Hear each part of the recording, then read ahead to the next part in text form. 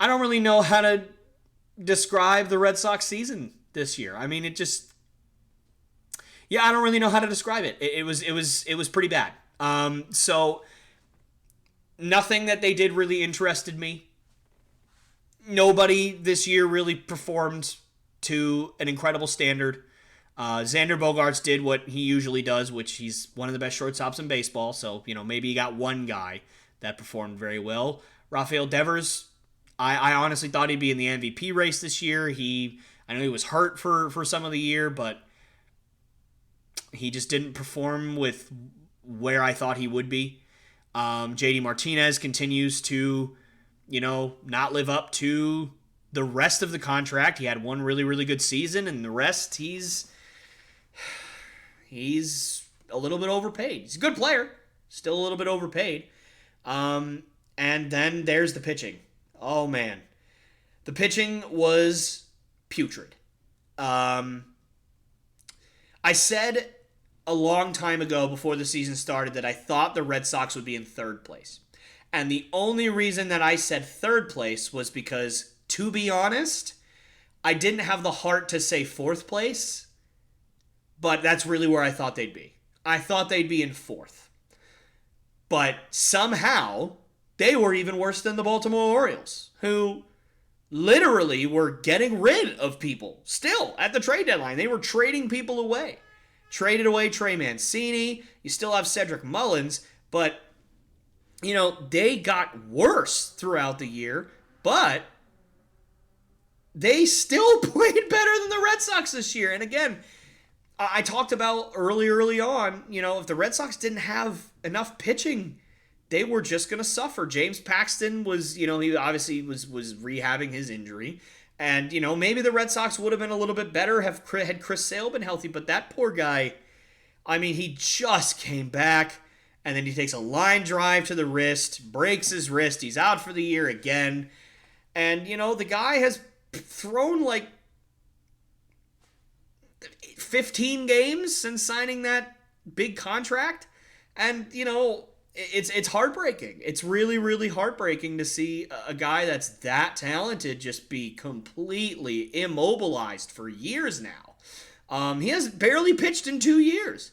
So, 2 or 3 years, probably at this point. So, it's really, really sad. It's really frustrating to kind of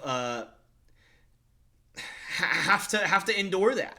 As a Red Sox fan, this guy, when he's out there, he's one of the best pitchers I've ever seen when he's healthy. I mean, it is so much fun to watch. I mean, he, obviously everybody compares him to Randy Johnson for, obvious reasons. Big power lefty, very lanky guy, kind of unorthodox delivery. Like, that's Randy Johnson to a T. And the competitive fire also. But for me, I compare him to Pedro. And not in, like, his pitching style or anything, but just in his magnetism. Like, when he's out there, you want to watch him pitch.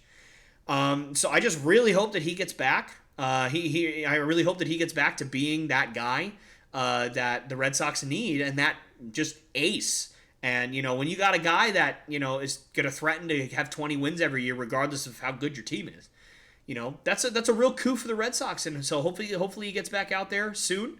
Hopefully he gets back healthy soon. But other than that, the pitching staff, and obviously they didn't have him for all but, 6 innings or whatever it was this year. Pitching was horrible. And when Nate Eovaldi went down with injury, you were left with Michael Wacha, who had a really good year, to be fair. He was one of the, he had like a 2.80 ERA at the end of the season, and he obviously missed some time with injury as well. But you're left with Michael Wacha, Rich Hill. I don't even know anymore. Like who else were you left with at that point? I mean, you had a couple of younger guys thrown in there. Obviously, you had Nate Eovaldi for the time that he was healthy. You got rid of Martin Perez, who I have said publicly that he was horrible for the Red Sox, and I don't even understand how he made the postseason roster. He just goes to Texas and has the best year of his career by far and makes the All-Star team, and just got paid $20 million. Like, what the heck? But anyway, the Red Sox didn't have any pitching. None. Bullpen was awful. Starting pitching was awful. And then you wonder why the team was awful. So, and then to kind of top it all off, the Red Sox trade deadline was so confusing. I just was like, what is going on? Like, none of this makes sense. They traded for Eric Hosmer. So, okay, so you're going all in, even though you're in fourth place. I mean, fine, you're the Red Sox, I understand. So, you take on that huge contract. And you trade for Tommy Pham. It's like, oh, wow. Okay. So you guys really are going all in. But then you trade Christian Vasquez, your starting catcher, who's one of the best catchers in baseball. Okay, so you're not going all in. So, what is going on? And then, in the trade to get Eric Hosmer, you traded your best pitching prospect in Jason Gruen. Like, I don't get it. I really didn't get it. It was a very frustrating season. I hope that the Red Sox make a big splash in the offseason this year. Obviously, Shane Bloom, I still trust the process that guy's putting us through. I can't wait to see how some of the young guys that are in the minor league system, because we do have a much better minor league system now. I can't wait to see some of those young guys come back up. Rob Refsnyder was one of my favorite players to watch for the Red Sox this year. He had a really nice, solid season, and he's back. Just recently re-signed for a year.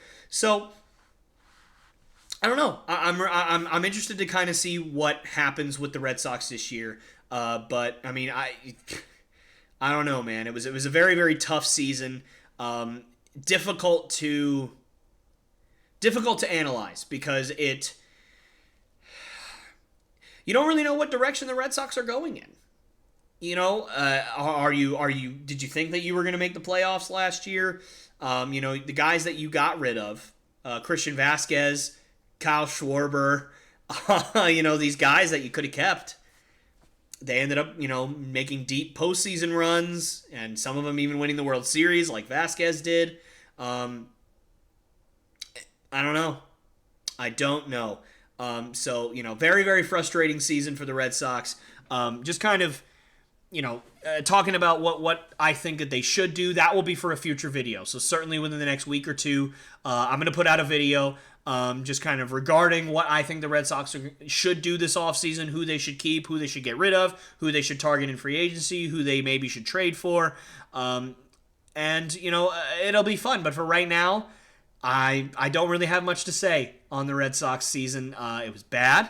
The fact that the Red Sox, obviously in a good division, not nothing to sneeze at. Yankees are one of the best teams in baseball. Rays were one of the best teams in baseball. Blue Jays, I picked them to win the World Series. Little did I know that they would just fall off the face of the earth and completely stink for the second half of the year. They were in a good division, but there's no excuse for the Red Sox with the payroll that they have to be last place in their division. It's just no excuses. I mean, if you're going to spend all that money, don't put out a team that's this bad. Now, I mean, I guess you get a good draft pick out of it, but I don't know. It is sad to think about, but we'll see where it goes from here. I mean that's really all I have to say about it. I hated it, and every Red Sox fan around the world should have hated it because they were awful. And we'll see what happens next season. Hey guys, me again. Thank you so much for watching one of my clips from the Lopes Goes Last podcast. These clips are so much fun to do. I absolutely love making them, and I absolutely love doing them. And this podcast is my baby, so I really want this thing to grow, and I really want it to succeed. So if you did like what you see, please subscribe. Also hit that bell notification so you never miss any one of my episodes or one of my clips like this one. And please do also like and share these videos with your friends and your family so that we can make this thing grow as fast as possible. And I wanted to thank you again so much. And I hope you guys enjoyed the video and have a great rest of your day.